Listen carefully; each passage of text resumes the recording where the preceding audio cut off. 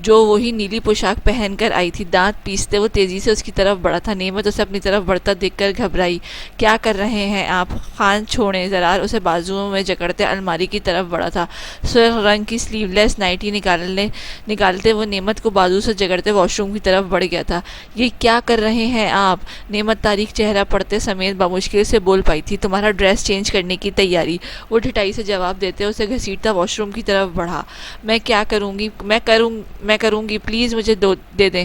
لرزتے ہاتھوں سے نائٹی جگڑتے وہ جھٹ سے اس سے دور ہوئی تھی۔ صرف 2 منٹ ہے تمہارے پاس نعمت، اگر زیادہ دیر لگائی تو میں اندر آ جاؤں گا، پھر مجھ سے شکایت مت کرنا۔ شہادت کی انگلی اٹھائے وہ اسے سرد لہجے میں وارن کرتا پیچھے ہٹا تھا۔ نعمت بھاگتے ہوئے واش روم میں بند ہوئی تھی۔ زرار پاشا کافی دیر تک بے چینی سے ٹہلتا اس کا انتظار کرتا رہا، مگر دروازہ نہیں کھلا تھا۔ خانم، open the door damn it. جبڑے بھیجتے وہ دھیمے لہجے میں پھنکارا تو نور سو رہی ہے اور اس وقت نعمت کو چھوڑنے کے موڈ میں ہرگز نہیں تھا۔ نعمت انگلیاں چٹکھاتے سیاہ آنکھوں میں ڈھیروں آنسو سمیٹے واش روم کے بند دروازے کو گھور رہی تھی۔ نائٹی کا گاؤن پہنے پاؤں تک آ رہا تھا، مگر بازو سرے سے موجود نہیں تھے۔ یہی وجہ تھی کہ نعمت شاہ باہر جانے سے ڈر رہی تھی۔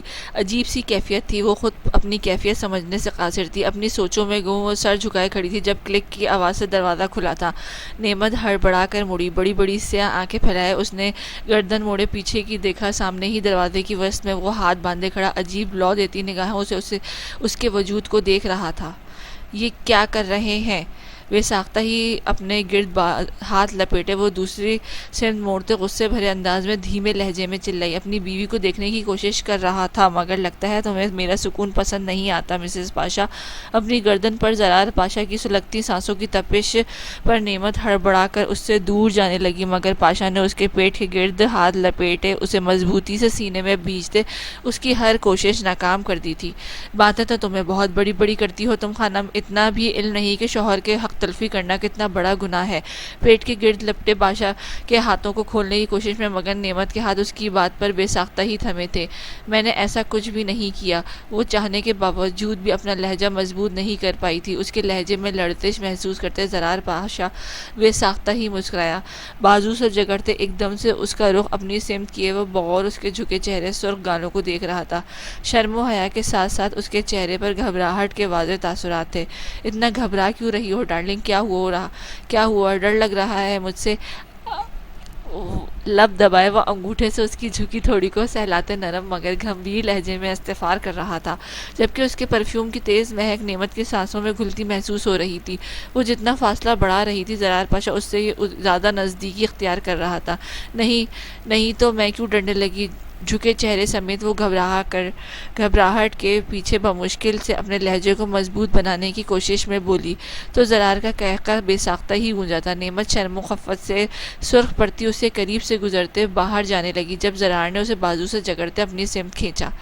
ڈرنا چاہیے بھی نہیں تمہیں خانم، یہ دنیا کا مقابلہ کرنے سے پہلے اس خان کا سامنا کرنا سیکھو۔ اسے سینے سے بھینچے پاشا اپنا چہرہ اس کے بالوں میں چھپائے مخمور لہجے میں بولا تھا۔ نعمت گہری سانس بھرتی اپنے کانپتے وجود سمیت اس کے حصار میں کھڑی تھی۔ وہ جانتی تھی آج یا کل یہ دن آنا ہی تھا، اسے کبھی نہ کبھی زرار پاشا کے حقوق ادا کرنے ہی تھے، مگر اچانک اس طرح سے اسے ہرگز توقع نہیں تھی۔ زرار نے جھکتے اسے نرمی سے باہوں میں بھرا تھا، جبکہ نعمت گہری سانسیں بھرتے اپنے پاگل ہو رہی دھڑکنوں پر بند باندھے اپنا چہرہ اس کے سینے میں چھپا گئی، جو اس کا شوہر، اس کا محافظ، اس کا سب کچھ تھا۔ روپ میری جان، ٹھیک ہوں میں، پلیز خوش ہو جائیں آپ۔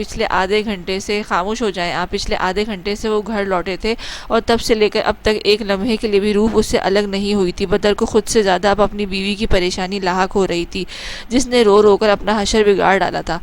نہیں عالم، آپ ٹھیک نہیں ہیں، آپ کو اتنی گہری چوٹ آئی ہے۔ آنسو بہاتی وہ ہچکیوں سے بمشکل بول رہی تھی۔ اس کا یوں رونے پر وہ جھنجھلا کر رہ گیا تھا۔ کہاں برداشت تھا اس کے آنسو؟ روپ، اس چوٹ سے زیادہ آپ کے آنسو مجھے تکلیف دے رہے ہیں۔ اگر آپ ایسے ہی روتی رہیں گی تو میرا درد مزید بڑھے گا۔ وہ اسے سینے میں بھینچے مسلسل اس کے بالوں کو جڑوں کو سہلاتے اسے پرسکون کر رہا تھا۔ اس کی تکلیف کو سن کر رونا بند کر چکی تھی، مگر آنسو اب بھی جاری تھے۔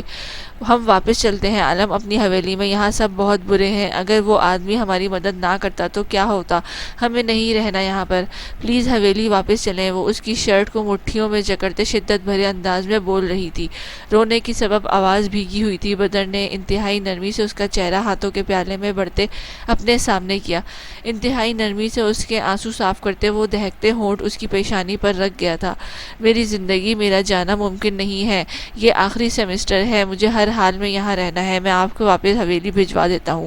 اوکے، اب کی بار اس کے تل کو لبوں سے چھوتے وہ گال پر ہونٹ رکھتے محبت پاش لہجے میں بولا۔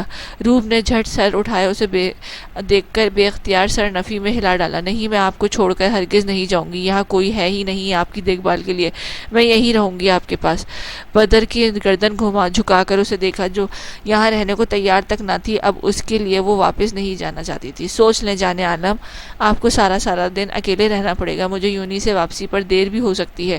بدر نے چہرہ اس کے نزدیک کرتے مخمور سے لہجے میں پوچھا۔ سوچ لیا ہے میں نے، اب اور نہیں سوچنا مجھے۔ وہ آنکھیں بند کرتے اس کے سینے سے جا لگی تھی، باہوں کا حصار اس کی گرد باندھے وہ چہرہ اس کے سینے میں چھپا گئی۔ ہاں، مجھے بھی بتا دیں کیا سوچ رہی ہیں، بدر نے لب دبائے شریر لہجے میں پوچھا۔ وہ نہیں بتاؤں گی میں آپ کو، روپ کھلکھلاتے ہوئے بولی تھی۔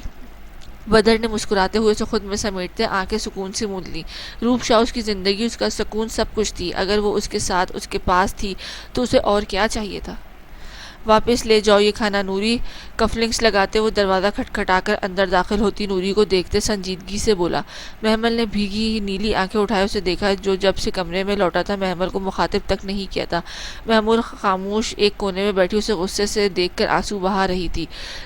جی بڑے سرکار سائیں، نوری سر جھکائے ادب سے کہتی، کھانے کی ٹرے واپس لے گئی۔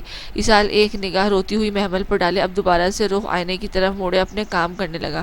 خدیجہ جس طرح سے اس کی بےعزتی کر رہی تھی، وہ منظر چاہ کر بھی بھلا نہیں پا رہا تھا۔ اسے خدیجہ سے زیادہ غصہ محمل پر تھا، جو سب کچھ خاموشی سے سن رہی تھی، وہ بھی اتنے ملازمین کے سامنے۔ پرفیوم کی بوتل اٹھانے کے لیے اس کا ہاتھ نیچے کیا تو یکدم سے بازوؤں سے ٹیس سی اٹھی، خوبصورت چہرے پر تیزی سے سرخی چھائی۔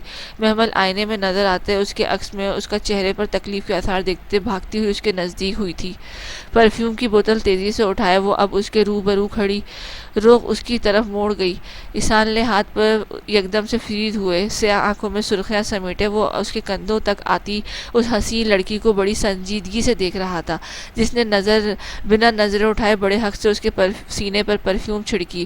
اس کے بعد وہ مڑی تھی، پرفیوم واپس رکھتے ڈریسنگ پر پڑی اس کی گھڑی اٹھائے وہ اس کی طرف پلٹی۔ پچھلے کچھ دنوں سے وہ اس کا ہر کام اپنے ہاتھوں سے کرتی آ رہی تھی، مگر آج اسال اسے اگنور کرتے خود ہی تیار ہو رہا تھا، مگر محمد نے بڑے حق سے اسے روک ڈالا تھا۔ شفاف پیشانی پر چھوٹے چھوٹے بل سمیٹے وہ اب عجلت میں اس کے دائیں بازو پر بندی گھڑی باندھنے لگی، جب اچانک اسال نے اس کے سر پر لپٹے دوپٹے کو اپنے ہاتھوں میں قید کرتے اس کے وجود سے الگ کیا۔ اس کی اچانک کی جانے والی بے باک حرکت پر محمل کے ہاتھوں کی لرزش سی ہوئی، گلابی گال لمحوں میں دہک کر کندھاری ہوئے تھے۔ سائیں، وہ اس کے جوڑے کو کھولتے دونوں ہاتھ ڈریسنگ پر جمائے محمل کو ایک دم سے اپنے حصار میں جگڑ گیا۔ محمل بے یقینی سے اپنے سمندر سی گہری کانچ سی آنکھیں پھیلائے اپنے بے حد نزدیک جھکے اسال آغا شاہ کو دیکھ رہی تھی، جس کے چہرے پر اس کے لیے غصہ اور ناراضگی تھی، مگر محمل اس کے غصے سے خائف ہرگز نہیں تھی۔ وہ جانتی تھی وہ خدیجہ کے سامنے اس کے خاموش رہنے پر اس سے خفا ہے۔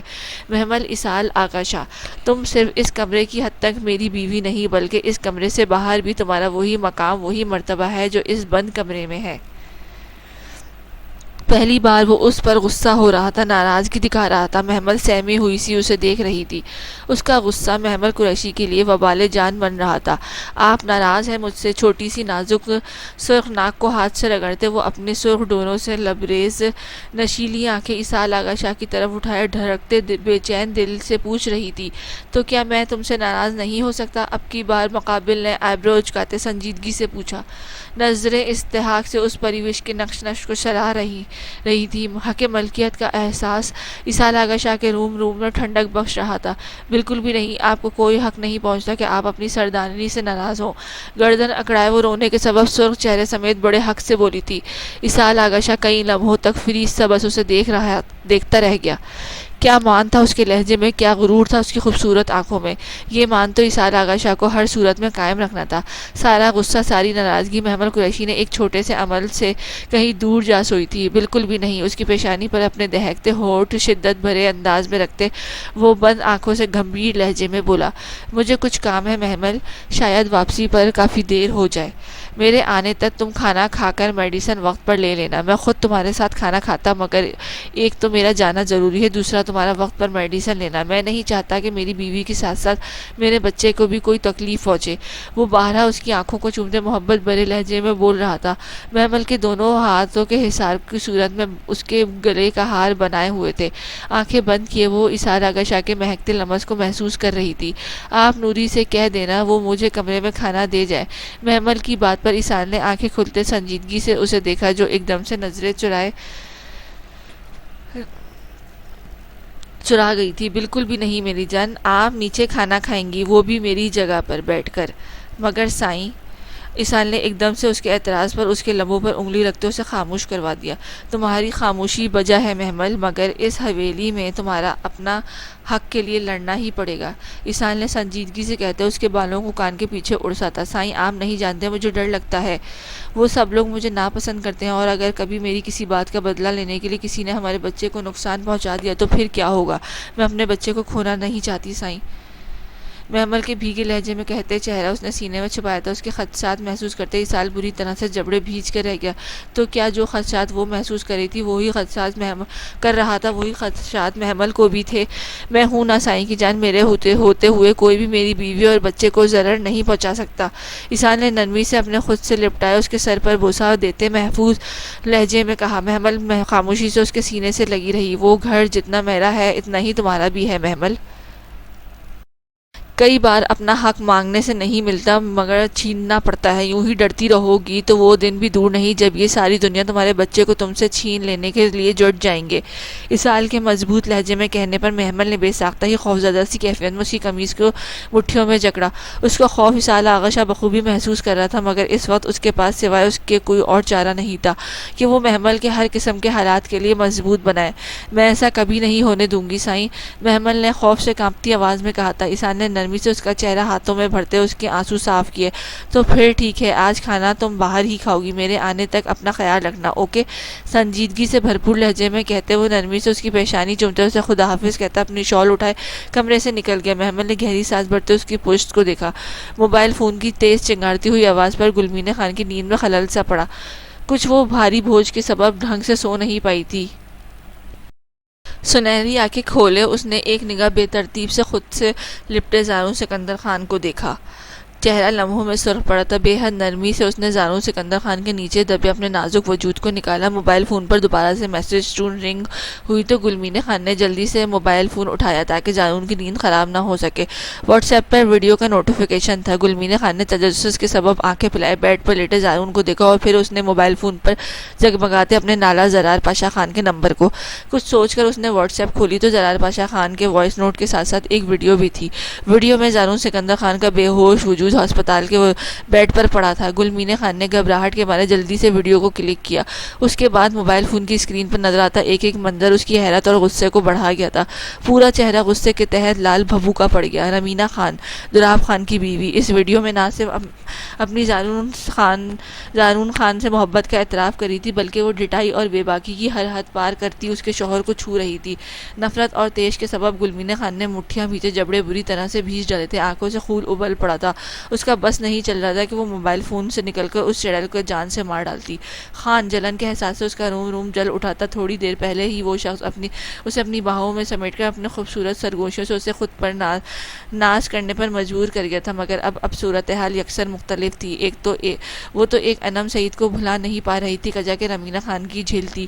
خان اٹھے، میں کہہ رہی ہوں۔ اب کی بار وہ اس کے زخموں کی پرواہ کیے بغیر وہی اس کا کالر جگڑتے شدت بھرے انداز میں بولی تھی۔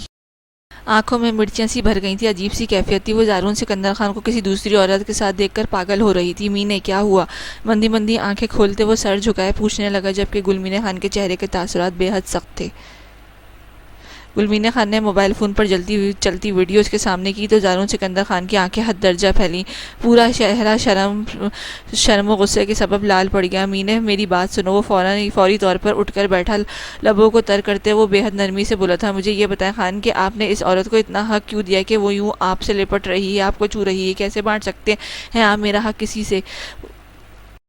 شدت بھرے انداز میں اسے کالر کو مٹھیوں میں جکڑتے دھاڑ پڑی تھی۔ اس کی آنکھوں میں امڑتے شدت پسندی بھرے جذبات دیکھ کر زارون سکندر خان نے لب بری طرح سے بھیج ڈالے تھے۔ اسے اس لمحے یہ احساس شدت سے ہوا تھا کہ اس کی بیوی کا شدت پسند ہونا وبال جان ہونے سے کم ہرگز نہیں تھا۔ اس کی معصوم بیوی اس کے معاملے میں لمحوں میں شیرنی بن جایا کرتی تھی، اور اس کا یہ روپ زارون سکندر خان اب آہستہ آہستہ ہضم کرنے لگا تھا۔ میری جان، ایسا کچھ بھی نہیں ہے جیسا تم سوچ رہی ہو۔ زارون درد بھلائے اس کا معصوم چہرہ دونوں ہاتھوں میں بھرتے محبت اور نرمی سے بولا تھا۔ گلمینہ خان اس کا ہاتھ جھٹکتے سر نفی میں ہلا گئی۔ آپ جانتے تھے کہ رمینہ خان آپ کو پسند کرتی ہے؟ گلمینہ خان اس کے لہجے میں کمزوری محسوس کرتے سنجیدگی سے پوچھنے لگی۔ زارون نے گہرا سانس بھرتے اسے دیکھا تھا، جس کے چہرے پر سرد مہری اور جنون خیزی عروج پر تھی۔ ہاں، مگر میری پوری بات تو سن لو مینے، زارون بے بسی سے بولا تھا۔ وہ اچھے سے جانتا تھا وہ کچھ بھی نہیں سنے گی، اب تو بالکل بھی نہیں۔ آپ سب کچھ جانتے تھے پھر بھی خاموش ہے۔ اس گھٹیا لڑکی آپ کو گندے طریقے سے چھو رہی ہے، آپ کو خبر تک نہ ہو سکی، جان سے کیوں نہیں مار ڈالا آپ نے اسے؟ وہ دونوں ہاتھ اس کے سینے پر جمائے ہذیانی سی کیفیت میں چلائی تھی۔ رمینہ خان کی بے باکیاں وہ بھلا نہیں پا رہی تھی۔ وہ بیوی ہو کر اس کی اتنی بے باک نہیں تھی جتنی وہ غیر لڑکی اس کے شوہر سے بے باک ہو رہی تھی۔ یہ اتنی بڑی بات نہیں مینے، میں سب ہینڈل کر لوں گا، زارون نے نرمی سے اس کے تپتے گالوں کو چھوتے ہوئے کہا تھا۔ گلمینہ خان نے اس کے ہاتھ فوراً سے جھٹکتے بستر سے اتری تھی۔ آپ کے لیے یہ بڑی بات نہیں ہوگی زارون خان، مگر میرے لیے یہ بہت بڑی بات ہے۔ میں ہرگز اجازت نہیں دیتی کسی بھی گھٹیا قسم کی عورت کو کہ وہ میرے شوہر سے یوں فری ہو۔ گلمینہ خان نے سرد لہجے میں انتہائی شدت بھرے انداز میں کہا تھا۔ تو تم خود فری ہو جاؤ میری جان، باہر کہاں جا رہی ہو مینے؟ پاس آؤ میرے۔ اسے یوں خود سے دور جاتا دیکھ کر وہ تڑپ کر رہ گیا۔ اس کی پہلی بات پر گلمینہ خان کا پورا وجود سرخ پڑا تھا۔ تو مطلب آپ نے خود اس لڑکی کو اتنی فری کیا خود سے؟ اس میں ایسا کب کہا؟ زارون حوندوں کی طرح منہ کھولے سے دیکھتے ہوئے بڑبڑایا۔ میں یہ سب سمجھتی ہوں آپ کی چالاکیاں خان، اب آپ اس کے قریب تو کیا اسے آپ کے کمرے میں تب تک نہیں آؤں گی جب تک آپ اس گھٹیا لڑکی کو جان سے نہیں مار دیتے۔ وہ انتہائی سپاٹ لہجے میں بولتے زارون کو شاکڈ کر گئی تھی۔ وہ اس کی معصومیت کا دیوانہ تھا۔ یہ کون سا روپ تھا اس کا جس سے وہ ناواقف تھا؟ مینے، زارون زیر لب بڑبڑاتا رہ گیا جبکہ وہ پیر پٹکتی ہوئی انتہائی غصے سے کمرے سے باہر نکل گئی تھی۔ زارون نے گہری سانس بھرتے اپنے چہرے پر ہاتھ پھیرتے موبائل فون اٹھا دیا۔ پاشا خان کے میسیجز دیکھ کر اس کے غصے میں مزید اضافہ ہوا تھا۔ اسے پہلے ہی شک تھا کہ اس کا چین سکون برباد کرنے والا اس کا سالہ ہی ہو سکتا ہے۔ اس نے وائس نوٹ اوپن کیا جس میں پاشا خان اسے دراب خان کی بنائی گئی ویڈیو کے بابت آگاہ کر رہا تھا، اور آخر میں سارا الزام دراب پر لگائے وہ اللہ حافظ کہہ چکا تھا۔ موبائل فون مٹھیوں میں جگڑتے زارون نے جبڑے مضبوطی سے بھیچے۔ دراب حلق کے بل چیرتے ہوئے دراب خان کو پکارتے بیڈ گراؤنڈ سے ٹیک لگا گیا۔ جی خان سرکار۔ اس کی دھاڑ پر ملازمہ بھاگ کر اندر آئی۔ سامنے ہی سرخ چہرے سمیت بیڈ گراؤنڈ سے لگے زارون سکندر خان کو دیکھ کر وہ تھوک نکلتے رہ گئی۔ جاؤ اور دراب خان سے کہو کہ میں نے بلایا ہے اسے، وہ سرد و سپاٹ لہجے میں کہتے جبڑے بھیج گیا۔ ملازمہ سر ہلاتے کمرے سے جا چکی تھی جبکہ زارون سکندر خان بیڈ سے ٹیک لگائے اب وہ دراب خان کا منتظر تھا۔ ماضی کوریڈور میں بیٹھا وہ کافی ضروری کام کر رہا تھا۔ چاروں طرف لوگوں کا ہجوم تھا مگر ساحر شاہ کا مکمل دھیان اپنے کام کی طرف تھا۔ وہاں بیچ سے آتے شور کی آواز پر اس نے آنکھوں پر لگائے سفید چشمے کو ایک دم سے اتارتے پیچھے مڑ کر دیکھا جہاں 3 سے 4 ہٹے کٹے آدمی اس کی سمت بڑے تھے۔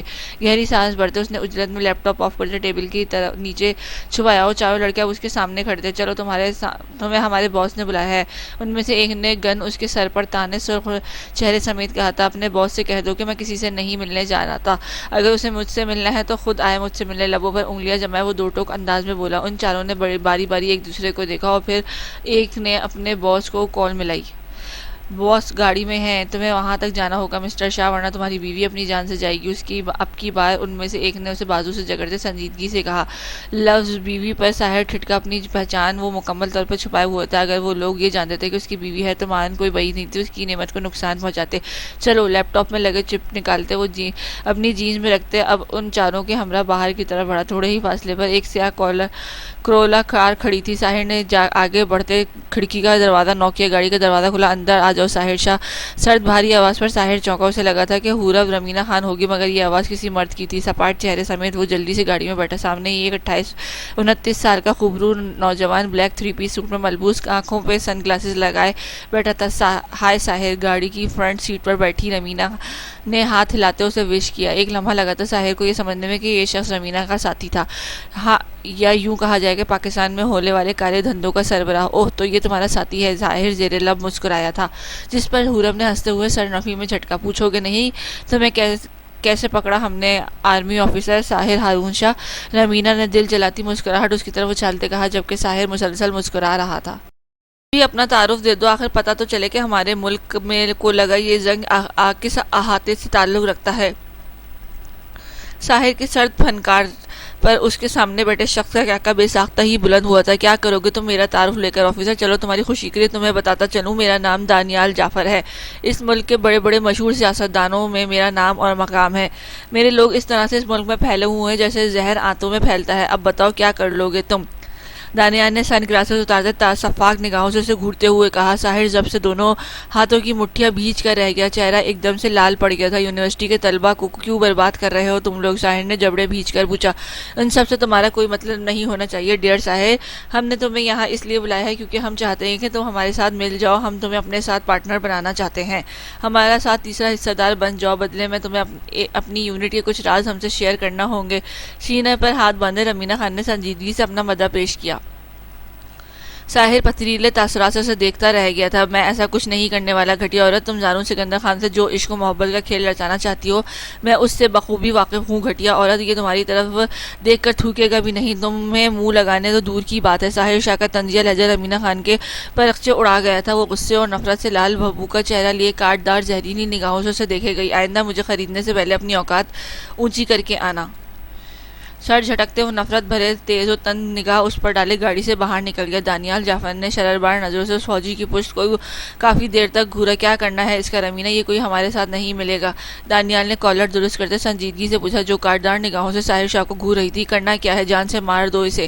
یہ زارون خان کو یا کسی دوسرے کو بتائے گا تو تب تک جب یہ اس چھٹی کے بعد زندہ واپس نوکری پر جائے گا اسے ہمیشہ ہمیشہ کے لیے ابدی نیند سلا دو.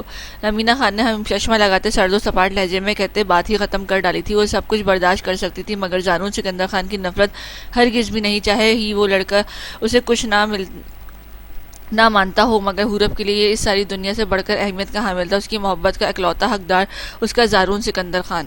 حال جن گاؤں کے سردار اتنے لاپرواہ ہوں وہاں پر بہنوں بیٹیوں کی عزتیں کیسے محفوظ ہو سکتی؟ کب تک تم سب لوگ چپ رہو گے؟ دن بدن حالات خراب ہوتے جا رہے تھے. اس بار سردار اسحاق آغا شاہ کا فیصلہ کر ہی ڈالو. معین صدیقی نے نفرت آمیز لہجے میں پھنکارتے ہوئے کہا. پورے جرگے میں چہمگوئیاں عروج پڑتی. ہر کوئی اپنی جگہ الجھن میں تھا. اسحاق آغا شاہ کی موجودگی میں پہلی بار ایسی پیچیدگی حالات درپیش آئے تھے اور وگرنہ بہت کم ہی لوگ گاؤں یا علاقے میں کوئی تنگی یا بری حالات کا سامنا کرنا پڑا تھا.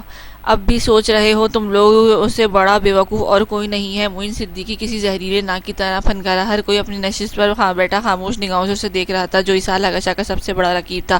تم ٹھیک کہہ رہے ہو معین صدیقی. واقعی ان سب لوگوں سے بڑا بیوقوف اور کوئی نہیں ہو سکتا. جرگے میں ہو رہی چہمگوئیوں کو سردار اسحاق آغا شاہ کی بھاری آواز نے روکا. معین صدیقی نے جھٹکے سے مڑتے ہوئے اپنے پیچھے کھڑے اسحاق آغا شاہ کو دیکھا جو بھی اپنی بھرپور مردانہ وجاہت کے ساتھ کئیوں سے اپنا سحر طاری کرتا اب ان کی اپنی مخصوص نشست کی طرف بڑھا. مجھے آنے میں تھوڑی دیر ہو گئی جس کے لیے میں معافی چاہتا ہوں آپ سب سے. گلا کھنکارتے ہوئے اس نے مضبوط لہجے میں تقریباً ٹھہرے ہوئے لہجے میں بات کا آغاز کیا. سردار سائیں تقریباً ہر گاؤں کے حالات بدتر ہوتے جا رہے ہیں. اگر ایسا ہی چلتا رہا تو وہ دن دور نہیں جب یہ سارے گاؤں ویران پڑ جائیں گے. مرزا فرحت غفار نے ایک نگاہ اس وجیح مرد پر ڈالے سب سے پہلے بات کا آغاز کیا. اسحاق خاموشی سے انہیں دیکھ رہا تھا. اس کے بعد یک بعد دیگر کئی افراد اپنے مسئلے کو اپنے اپنے الفاظ میں بیان کرتے رہے. اسحاق کی سیاہ آنکھیں سنجیدگی سے پورے جرگے پر گھوم رہی تھی. میں نے آپ سب کا مدعا بغور سنا ہے. آپ سب اچھے سے جانتے ہیں میرے لیے جس طرح سے اپنا خاندان عزیز ہے اسی طرح سے اپنے زیر سرپرستی موجود ہر فرد پر ایک خاندان عزیز ہے. ہر ایک گاؤں کے نائب سربراہان بڑی سنجیدگی سے دیکھ اور سن رہے تھے. میں مانتا ہوں کہ ہر طرف حالات سنگین ہو گئے مگر پچھلے ایک ہفتے سے کسی بھی قسم کا کوئی بھی حادثہ درپیش نہیں آیا. کیا آپ سب جان سکتے ہیں کہ ایسا کیسے ممکن ہوا؟ اسحاق کی بھاری سحر انگیز آواز پر ہر طرف گونج رہی تھی. کوئی سنجیدگی اور پوری توجہ سے اسے سن رہا تھا. ہم سب کیسے جان سکتے ہیں سردار سائیں؟ ایک نائب سربراہ نے سوالیہ نظروں سے اسے دیکھتے ہوئے حیرت سے پوچھا. اسحاق مدھم سا مسکرایا. اس کے ایک اشارے پر ایک طرف قطار میں کھڑے 10-12 لڑکوں کا ایک گروہ سامنے آیا تھا. یہ وہ لڑکے ہیں جو نہ تو میرے ملازم ہیں یا ہی کسی ادارے کے لیے کام کرتے ہیں بلکہ یہ وہ لڑکے ہیں جنہوں نے اپنے علاقے اپنے گاؤں کی عزت کو اپنی عزت سمجھا ہے اور یہ بنا کسی معاوضے کے ہر روز اپنے علاقے پر مخصوص وقت تک نگرانی کرتے ہیں. کسی بھی قسم کی گڑبڑ کا احساس ہونے پر یہ لوگ مجھے اطلاع دیتے ہیں، جس کے بعد ان لوگوں کو ہم بآسانی پکڑ لیتے ہیں۔ اسال نے ایک نگاہ جرگے میں بیٹھے سب افراد پر ڈالی۔ یہ بات کرنے کا مقصد یہ ہے کہ میں آپ سب لوگوں کو یہ بتا سکوں کہ اگر گاؤں کے کسی ایک گھر کی بچی محفوظ نہیں تو یہ یاد رکھیں وہ بیٹی کل کو آپ کی بھی ہو سکتی ہے۔ یہاں میرے ہر گاؤں میں موجود بہنیں اس بیٹیاں آپ سب کی عزتیں ہیں۔ ہم آپ سب کا فرض ہے کہ اگر کوئی مشکوک شخص آپ کی نظروں میں ہو تو آپ سب سے پہلے اپنے علاقے کے نائب سربراہ یا سردار کو اس سے متعلق آگاہ کریں۔ آپ کی ایک چھوٹی سی کوشش سے ہم کئی معصوم بچیوں کی جان بچا سکتے ہیں۔ اسحاق آغا شاہ کے لہجے میں تحمل اور سنجیدگی تھی اور وہ سب اپنی ہی جگہ خاموش رہ گئے۔ اب آپ بتائیں کہ ہمیں عورتوں کی عزت، عورتوں کا تحفظ کرنا جب آپ کی نظروں میں خود عورت کا کوئی وجود نہیں۔ معین صدیقی نے نفرت آمیز لہجے پر ہر کسی نے نظریں موڑ کر اسے دیکھا تھا جو اپنی نشست سے اٹھ کھڑا ہوا تھا۔ سرخ چہرہ اور نظریں اسحاق آغا شاہ پر تھیں۔ کیا کہنا چاہتے ہو معین؟ کھل کر کہو۔ اسحاق کے جبڑے بھینچ کر سنجیدگی سے پوچھا۔ جو مرد اولاد کے لیے ایک غریب ماں باپ کی بیٹی کو دھمکا کر اپنے نکاح میں محض اپنی ہوس پوری کرنے کے لیے رکھے، اس جیسے گھٹیا شخص کے منہ سے یہ باتیں اچھی نہیں لگتی سردار صاحب۔ معین صدیقی کی نفرت آمیز پھنکار پر اسحاق آغا شاہ نے ضبط کے مارے دونوں ہاتھوں کی مٹھیاں شدت سے بھینچ ڈالی تھیں۔ سیاہ آنکھوں میں لہو تیر رہا تھا، اس کا بس نہیں چل رہا تھا کوئی سامنے کھڑے شخص کی زبان کھینچ ڈالے۔ اپنی زبان سوچ سمجھ کر کھولو معین صدیقی، یہ مت بولو کہ تم کس سے بات کر رہے ہو، سارا زمانہ جانتا ہے سردار اسحاق آغا شاہ کے کردار کو۔ جس عورت کا ذکر تم دھڑلے سے یوں سرعام کر رہے ہو وہ غریب کسان کی بیٹی ضرور ہے، مگر یہ مت بھولو وہ بیوی کس کی ہے۔ جبڑے بھینچے وہ سرد و سپاٹ لہجے میں ایک ایک لفظ پر زور دیتے قہر برساتے لہجے میں پھنکارا۔ جرگے میں موجود ہر شخص کی خاموش تماشائی بنا اسے دیکھ اور سن رہا تھا۔ اس سے پہلے کہ وہ مزید کوئی بات کرتا اختر عجلت میں بھاگتے ہوئے اس تک آیا، اسے کان کے قریب جھکتے اس نے سرگوشی نما آواز میں کچھ کہا تھا جسے سننے کے بعد اس کے چہرے پر حیرت اور گھبراہٹ تیزی سے پھیلی۔ ایک لمحے کی تاخیر کے بغیر وہ ایک دم سے اٹھ کر باہر کی سمت بھاگا، جبکہ پیچھے جرگے میں موجود لوگوں کو اختر اور جاوید اسحاق کی کسی ضروری کام سے جانے کا آگاہ کرتے جرگہ برخاست کر گئے تھے۔ پشت کے بل لیٹے ہونے کے سبب اس کا چہرہ بیڈ میں دھسا ہوا تھا، دونوں ہاتھ پورے بیڈ میں پھیلائے وہ گہری سانسیں بھرتے گہری نیند میں مبتلا تھا۔ تھوڑی دیر پہلے ہی اس کی آنکھ لگی تھی، کروٹ بدلتے بے اختیاری میں اس نے ہاتھ کی مدد سے بستر ٹٹولا، مگر آس پاس کوئی بھی نہیں تھا۔ ناک بیڈ پر رگڑتے اس نے ایک گال یوں ہی ٹکائے اپنی نیند سے بھرپور سرخ شہد رنگ آنکھیں کھولتے سامنے دیکھا۔ نعمت شاہ کہیں بھی نہیں تھی، تھوڑی دیر پہلے ہی تو وہ اس کے قریب سے سوئی تھی، اب کہاں جا سکتی تھی؟ ساری نیند بھگ سے اڑی تھی۔ اس کا یوں اٹھ کر دور جانا زرار پاشا کو ہرگز پسند نہیں آیا تھا۔ ماتھے پر بکھرتے شہد رنگ بالوں کی ہاتھوں کی مدد سے پیچھے کرتے وہ اجلت بھرے انداز میں بستر سے اترا، ایک نظر کوٹ میں سوئی ہوئی نوئی آئینہ پر ڈالی جو اب بھی گہری نیند میں تھی۔ زرار یوں ہی کمرے سے باہر نکل آیا، دروازہ بند کرتے کچن کی جانب بڑھا، مگر وہاں بھی کوئی نہیں تھا۔ پھر اپنی ہلکی بڑی بیرٹ کو کھجاتے وہ اب ایک طرف بنے گلاس ونڈو کی سمت بڑھا، ساتھ ہی ایک چھوٹا سا دروازہ تھا۔ بالکونی میں سخت سردی تھی میں کھڑی نعمت شاہ کو دیکھ کر زرار کا ماتھا ٹھنکا، مٹھیاں بھیچے وہ اب کھڑکی سے اسے گھورتا دروازے کی طرف بڑھا۔ کھلی ہوا میں قدم رکھتے ہی تیز ہواؤں نے اس کے پورے وجود کو جھنجھوڑ ڈالا تھا۔ ایسی کون سی آفت آ گئی تھی خانم جو یوں گرم بستر چھوڑ کر تم اس ٹھٹرتی ہوئی سردی میں کھڑی ہو؟ دونوں بازو اس کے پیٹ کے گرد باندھے زرار نے ایک جھٹکے سے اسے سینے میں بھینچتے مدھم مگر سپاٹ لہجے میں پوچھا۔ نعمت اس کے اچانک اس کا یوں آ جانے پر گھبرائی ہوئی تھی، چہرہ ایک دم سے گلابی پڑ گیا۔ وہ اس وقت سیاہ رنگ کے خوبصورت پاؤں تک جھلتی نائٹی میں تھی، خوبصورت بدن سیاہ نائٹی میں اور بھی زیادہ خوبصورت اور قہر ڈھا رہا تھا۔ آپ کب اٹھے؟ نعمت نے کپکپاتے ہوئے لہجے میں بمشکل سے پاتے دھیمے لہجے میں پوچھا۔ زرار پاشا کو سوتے ہی وہ بنا آواز کی اس کے حصار سے نکل آئی تھی۔ شاور لینے کے بعد وہ یوں ہی بے مقصد پورے گھر کا جائزہ لینے لگی، جب اچانک اس کی نظر گلاس ڈور پر پڑی تو بے اختیار ہی وہ اس سمت چلی آئی تھی۔ اس سرد موسم میں کھڑی وہ اپنی زندگی کے سود و ضیاع کا حساب لگا رہی تھی کہ اچانک زرار پاشا اس کے سر پر کسی بھوت کی طرح نازل ہوا، اسی وقت جب تم اپنے خان کو سوتا چھوڑ کر اس سرد ہواؤں میں محو گفتگو ہو رہی تھی۔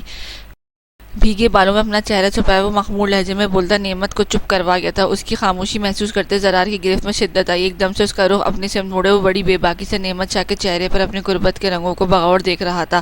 بے حد نرمی سے اس کا چہرہ ہاتھوں میں بھرتے اس نے ایک ایک نش کو اپنے ہونٹوں سے چھوا، سرد سانس بھرتے آنکھیں مزید سختی سے میچ گئی تھی۔ زرار پاشا خان کا جھلستا لمس اس کی جان پر بن آیا تھا، پورا وجود بری طرح سے کانپ رہا تھا۔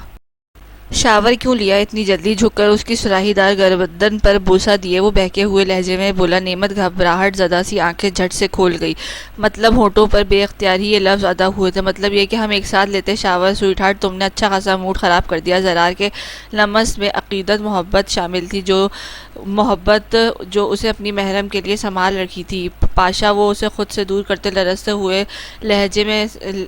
لہجے سمیت بمشکل سے بولی تھی۔ اس کے انداز میں بے چینی تھی۔ جبھی پاشا نے حیرت اور سنجیدگی سے اسے دیکھا، جو کچھ پریشان سی تھی۔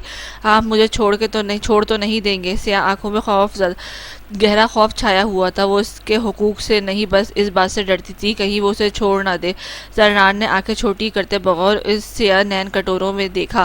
نعمت جلدی سے نظریں چرا گئی۔ زرار نے ایک جھٹکے سے اسے کمر سے تھامے اپنے سینے میں بھیجا۔ فضول سوچیں پالنے کی کوئی ضرورت نہیں ہے تمہیں نعمت پاشا خان۔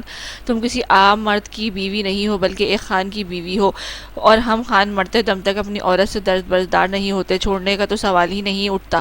اس کی تھوڑی کو جو اپنے کھردرے انگوٹھے سے سہلاتے وہ ایک ایک لفظ پر زور ڈالتے سنجیدگی سے بولا تھا۔ نعمت گہری سانس بھرتے اسے ایک نگاہ دیکھتے سر جھکا گئی تھی۔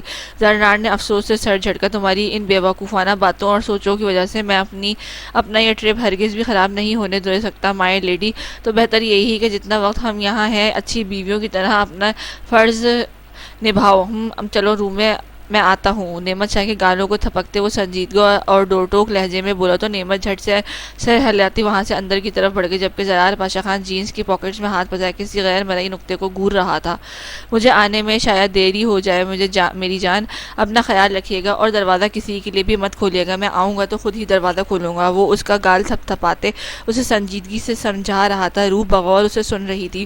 تھوڑی دیر پہلے ہی دونوں نے ایک ساتھ ناشتہ کیا تھا، اور اب بدر عالم اپنی یونیورسٹی کے لیے جانے کے لیے تیار تھا۔ روح نے اسے بہت بار روکا وہ تھا کہ طبیعت ٹھیک نہیں ہے، مت جاؤ، مگر بدر کا جانا ضروری تھا، اس لیے وہ ڈاکومنٹ سبمٹ کروا کے جلدی واپس آنا چاہتا تھا۔ اب بھی اپنا خیال رکھیے گا عالم، روم نے پھیکی سی مسکراہٹ کے ساتھ کہا تھا۔ بدر اس کے سر پر بوسہ دیے دروازے کے باہر نکل گیا۔ روم نے سرد سانس بھرتے اس خالی در و دیوار کو ایک نظر گھورا۔ کام تو اتنا تھا نہیں، مگر پھر بھی دل بہلانے کو وہ کام میں جد گئی۔ گندی ڈشز دھو کر اس نے سب سے پہلے کچن سمیٹا تھا، اس کے بعد اپنے بیڈ روم کو ایک بار پھر سے سیٹ کرنے کے بعد وہ پھر دوبارہ باہر نکلائی۔ ڈائننگ ٹیبل، صوفے اور ہر چیز کو وہ دو بار جھاڑتی، اب اداسی سے صوفے پر گر سی گئی۔ اسے بیٹھے ابھی کچھ ہی دیر ہوئی تھی کہ اچانک دروازے پر بیل ہوئی۔ روح گھبراہٹ اور حیرت سے دروازے کو گھورنے لگی۔ دروازے میں بار بار ہو رہی دستک پر وہ چاروں ناچار صوفے سے اٹھی تھی۔ کون ہے؟ دروازے کو قریب جاتے وہ اونچی آواز میں پوچھنے لگی۔ دوسری طرف سے کوئی جواب نہیں آیا۔ کون ہے؟ روح نے پھر سے پوچھا۔ کوریئر والا میڈم۔ اب کی بار دوسری طرف سے جواب آیا تو روح چونکی، اور پھر بدر کا خیال آتے ہی وہ شرما کر سر جھٹکتے دروازہ کھول گئی۔ سامنے کوئی بھی نہیں تھا، دور دور تک سڑک پر گاڑیاں ہی کھڑی تھیں۔ روح نے آگے پیچھے نظریں دوڑائیں تو تھوڑی ہی دور فرش پر ایک بڑا سا ڈبہ پڑا تھا۔ آسمانی رنگ کے خوبصورت پاؤں سے ذرا اوپر تک آتی فراک میں چوڑی دار پاجامے اور ہم رنگ دوپٹے میں پورے سر کو اچھے سے کور کیے وہ اپنی بڑی بڑی سیاہ آنکھیں پھیلائے آگے پیچھے دیکھ رہی تھی۔ دور کھڑی ایک گاڑی میں بیٹھے دانیال جعفر کے لبوں پر اس کی معصومانہ حرکت پر مسکراہٹ گہری ہوئی تھی۔ نظریں گھوم پھر کر اس کے حسین دل پر جا ٹھہری، جو آج بھی پوری طرح سے چمک رہا تھا۔ میرا نام۔ ڈبے پر موجود روپ شاہ کا نام کے قریب ہی ہارٹ شیپ میں ایموجی اور ساتھ ہی لو لکھا گیا تھا۔ روپ نے ہونٹوں پر شرمیلی سی مسکراہٹ گہری ہوتی گئی۔ ایک لمحے میں اس کے آگے بڑھتے ڈبہ اٹھاتے اپنی گود میں بھرا۔ اس کی آنکھوں میں خوشی کی چمک دیکھ کر دانیال جعفر نے اپنے سینے میں مچلتے دل کو بری طرح سے مچلا۔ دل چاہ رہا تھا کہ وہ بھی اس لمحے اسے قید کر لے، مگر نہیں، وہ اسے خود سے ڈرانا یا خوفزدہ نہیں کرنا چاہتا تھا۔ اسے اس خوبصورت چہرے پر صرف معصومیت جچتی تھی، اور دانیال جعفر یہ معصومیت تا عمر دیکھنے کا خواہشمند تھا۔ بھلا وہ کیوں کر اسے تکلیف پہنچاتا؟ کافی دیر تک وہ سیٹ سے ٹیک لگائے اس بند دروازے کو دیکھتا رہا جہاں سے روپ شاہ اندر داخل ہوئی تھی۔ سر جھٹکتے وہ زیر لب مسکراتے سن گلاسز آنکھوں پر چڑھائے، اب رخ آگے کی سمت موڑ گیا۔ فارم ہاؤس لے چلو ڈرائیور۔ اپنی بے چین کیفیت کے زیر اثر اس نے شرٹ کے بٹن کھولتے ڈرائیور کو حکم دیا۔ سر سیٹ کی پشت سے ٹکائے ہوئے روپ شاہ کے سراپے کو یاد کر رہا تھا۔ ہاتھ میں سلگتا سگار اس کی انگلیوں کو زخمی کر گیا تھا، مگر اسے پرواہ نہیں تھی۔ روح، میری روح بہت جلد تم میرے پاس ہوگی، صرف میری۔ اس کے ہونٹوں پر ہلکی مدھم سی سرگوشیوں میں یہ لفظ ادا کرتے خاموش ہواؤں میں گم ہوتے چلے گئے۔ سبز آنکھوں میں سرد مہری سمیٹے آغا جان نے جبڑے بھیج کر اسحاق آغا شاہ کی نشست پر بڑے جامان ہوتی محبل قریشی کو دیکھا۔ ان کے ساتھ ساتھ باقی سب کی حالت بھی ایسی ہی حیرت انگیز تھی۔ نفیسہ شاہ گہری سانس بھرتے سر جھکائے خاموشی سے کھانا کھانے لگی۔ اپنے بیٹے کے لیے وہ اس لڑکی کو قبول کر چکی تھی، اب بھلا وہ کہ جیسے بھی رہتی انہیں کوئی پرواہ نہیں تھی۔ سیماب سرخ چہرے سمیت دونوں ہاتھوں کی مٹھیاں بھیجتے اسے کاٹدار نظروں سے گھور رہی تھی۔ ختیجہ تو اتنی بے عزتی کے بعد کمرے سے باہر تک نہیں آئی تھی۔ اے لڑکی اٹھو یہاں سے، وہ نشست سردار کی نشست ہے، تم جیسی دو کوڑی کی لڑکی اس نشست پر ہرگز نہیں بیٹھ سکتی۔ سمینہ شاہ کا تو پورا وجود مانو کاٹو، وہ تو بدن میں لہو نہیں کہ مترادف جل بھن رہا تھا، بس نہیں چل رہا تھا کہ وہ محمل کو جان سے مار دیتی۔ نیلی آنکھیں اٹھائے اس نے دوسری طرف بیٹھی سمینہ شاہ کو اور پھر ایک نگاہ اپنے ساس کو دیکھا۔ نفیسہ شاہ کے چہرے پر پھیلا تناؤ وہ بخوبی دیکھ پا رہی تھی۔ آغا جان بنا کھانا کھائے ہی اٹھ کر اپنے کمرے میں چلے گئے۔ ان کے جانے کی دیر تھی۔ سمینہ شاہ سارا لحاظ بالائے طاق رکھتی محمل کو خونخوار نگاہوں سے گھورتے پھنکاری۔ محمل خاموشی سے سر جھکائے پلیٹ میں کھانا کھانے لگی۔ سنا نہیں تم نے بہری ہو گئی ہو کیا؟ 2 ٹکے کی غریب لڑکی، اٹھو فوراً سے یہاں سے۔ سمینہ شاہ کا لہجہ نفرت کی انتہاؤں پر تھا۔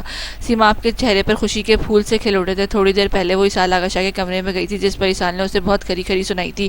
ان سب میں بھی اسے محمل کا قصور نظر آ رہا تھا۔ وہ نہیں سوچ پا رہی تھی کہ قصور اس کا اپنا ہے۔ وہ ایک شادی شدہ مرد سے مراسم بڑھانا چاہ رہی تھی، بھلا اس میں قصور کسی دوسرے کا کیسے ہو سکتا تھا؟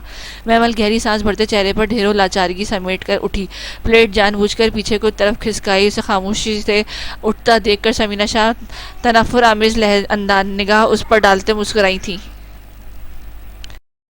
رکو محمل، واپس بیٹھو۔ محمل جیسے ہی مڑی، نفیسہ شاہ نے دونوں ہاتھ ایک دوسرے میں پیوست کرتے اسے سنجیدگی سے روکا۔ محمل کے ہونٹوں پر گہری مسکان امڈی۔ وہ چاہتی تو سمینہ شاہ کو خود بھی جواب دے سکتی تھی، مگر نفیسہ شاہ کا اسے روکنا اس کی عزت کو اس خاندان کے ہر فرد میں دگنی کر گیا تھا۔ مگر چھوٹی بی بی سائیں، میں نے تو مجھے منع کیا ہے۔ آنکھیں پٹپٹاتے کر وہ معصومیت سے بولی۔ بی بی سائیں نہیں، چچی ہیں یہ تمہاری، بالکل ویسے ہی جیسی اسحاق کی چچی ہیں۔ بیٹھ جاؤ واپس اور کھانا کھاؤ۔ نفیسہ شاہ کے 2 ٹوک لہجے میں کہنے پر سمینہ شاہ اور سیماب آفندی حیرت و بے یقینی سے منہ کھولے اسے دیکھے گئی، جبکہ محمل معصومیت سے آنکھیں مٹکائے ہوئے پورے روب سے بیٹھی، پورے وجود میں سکون کی لہر سی دوڑی تھی۔ نیلی آنکھیں اٹھائے اس نے ایک نگاہ سیماب آفندی اور سمینہ شاہ کے دھواں اڑاتے چہرے کو دیکھا۔ سمینہ شاہ، محمل میری بہو ہے، اس کی پہچان کے لیے شاہ حویلی اور میرے آقا کا نام ہی کافی ہے۔ مجھے امید ہے کہ آپ آئندہ میری بہو سے تمیز کے دائرے میں رہ کر بات کریں گی۔ نفیسہ شاہ کے سرد و سپاٹ لہجے پر سمینہ شاہ لب بھیج کر رہ گئی۔ آپ اس لڑکی کی وجہ سے مجھ سے ایسے بات کر رہی ہیں؟ سمینہ شاہ کا غصہ اور بے بسی سے برا حال تھا، دانت پیستے وہ چلائی تھی، جبکہ نفیسہ شاہ کا اطمینان یوں ہی قائم تھا۔ یہ لڑکی میری بہو ہے، اس لیے بہتر ہوگا کہ آپ ان سب معاملات سے دور رہیں۔ نفیسہ شاہ نے گہری سانس بھرتے 2 ٹوک انداز میں کہتے گویا بات ہی ختم کر دی تھی۔ نوری، جی بی بی سائیں۔ نفیسہ شاہ کی پکار پر نوری بھاگ کر آگے بڑھی۔ میں نے مٹن بنانے کا کہا تھا، اگر بن گیا ہے تو اپنی بیوی کے لیے لاؤ۔ نفیسہ شاہ نے سمجیدہ گھمبیر لہجے میں کہنے پر نوری فوراً سے سر ہلاتے باورچی خانے کی سمت بڑھی۔ باورچی خانے میں کھڑی ملازمہ جلدی سے سالن پر ڈھکن چڑھائے ایک سمت ہوئی۔ نوری نے گھور کر اس ملازمہ کو دیکھا اور پھر ڈونگا لاتے اس میں سالن ڈالے وہ باہر نکلی۔ سمینہ شاہ تو زہر کے گھونٹ بھرتے یہ منظر دیکھ رہی تھی۔ محمل قریشی کی اتنی عزت، اتنی ترقی مجھ سے ہضم نہیں ہو پا رہی تھی۔ نوری نے ڈونگا نفیسہ شاہ کے قریب رکھا تھا، وہ ڈش پکڑتے اب اجلت میں ڈش میں سالن نکال رہی تھی۔ بڑی بی بی سائیں، مجھے یہ نہیں کھانا، جانے کیوں مگر مٹن کو دیکھ کر اسے ابکائی سی آ رہی تھی۔ سیماب تو قہر برساتی نگاہوں سے محمل کو دیکھ رہی تھی جس کے ناز و نخرے اٹھائے جا رہے تھے۔ بی بی سائیں نہیں، اماں سائیں، خاموشی سے یہ کھاؤ، اپنی خوراک بہتر کرو لڑکی، جتنا کھاؤ گی اتنا ہی میرا پوتا تندرست رہے گا۔ نفیسہ شاہ نے سخت لہجے میں کہتے اب ڈش محمل کے سامنے رکھ دی۔ نفیسہ شاہ سخت لہجے میں کہتی اب ڈش محمل کی طرف رکھ گئی تھی۔ گہری سانس بھرتے وہ برے برے سے منہ بناتے ڈش کو گھور رہی تھی، جبکہ نفیسہ شاہ کی تنبیہ نگاہیں پر پاتے وہ گہری سانس بھرتے رہ گئی۔ اس سے پہلے کہ وہ روٹی کا نوالا توڑ کے منہ میں ڈالتی، کسی نے ایک جھٹکے سے اس کے ہاتھ سے وہ نوالا چھین ڈالا۔ سالن کی ڈش اٹھائے وہ ایک جھٹکے سے فرش پر دے ماری۔ نفیسہ شاہ ہڑبڑا کر منہ پر ہاتھ رکھتے اٹھی تھی، جبکہ محمل کے سانس بری طرح سے سینے میں اٹکا، چہرہ ایک دم سے نیلا پڑ گیا۔ سمینہ شاہ نے حیرت سے ماتھے پر بلٹ سمیٹے اپنے سامنے کھڑے اسحاق آغا شاہ کو گھورا، جس کے چہرے پر بلا کی سرد مہری تھی۔ اسحاق، یہ سب کیا ہے؟ نفیسہ شاہ اس کی حرکت پر کافی برہم دکھ رہی تھی۔ ملازمین بھی حیرت سے سانس روکے اپنے سردار کو دیکھ رہے تھے، جس کے چہرے پر خطرناک حد تک تاثرات چھائے ہوئے تھے۔ اختر، دروازہ بند کرو، ایک بھی شخص حویلی سے باہر نہیں جانے پائے۔ اسحاق آغا شاہ کی گرجدار آواز پر ہر کوئی چونکا تھا۔ محمل ہکا بکا سی اسے دیکھ رہی تھی، جس نے آگے بڑھتے اسے نرمی سے تھامے اپنی طرف کھینچا۔ کھانا تو نہیں کھایا تم نے؟ چہرے پر ڈھیروں سرخی سمیٹے وہ بمشکل سے اپنے تنے اعصاب کو کنٹرول کرتے نرمی سے استغفار کرنے لگا۔ بے ساختہ ہی محمل نے سر نفی میں ہلایا، آنکھوں میں ڈھیروں خوف و گھبراہٹ چھایا تھا۔ نہیں، محمل کچھ سجھائی نہیں دے رہا تھا، وہ بے ساختہ ہی گردن نفی میں ہلائی گئی۔ ہوا کیا ہے آغا، اتنے پریشان کیوں ہو؟ نفیسہ شاہ نے قدرے متعجب ہوتے ہوئے اس سے پوچھا، جس کے چہرے پر سنجیدگی چھائی ہوئی تھی۔ کمرے میں جاؤ محمل، میں تھوڑی دیر میں آتا ہوں۔ اس کے گال کو تھپکتے وہ بمشکل سے اپنے اشتعال پر قابو پاتے سنجیدگی سے بولا۔ محمل سر ہلاتے اس کی آنکھوں میں سرد مہری دیکھ کر اپنے کمرے کی طرف بڑھ گئے، جبکہ اسحاق آغا شاہ نے ایک نگاہ اس کی پشت پر ڈالے گہری سانس بھرتے فرش پر گرے کھانے کو دیکھا۔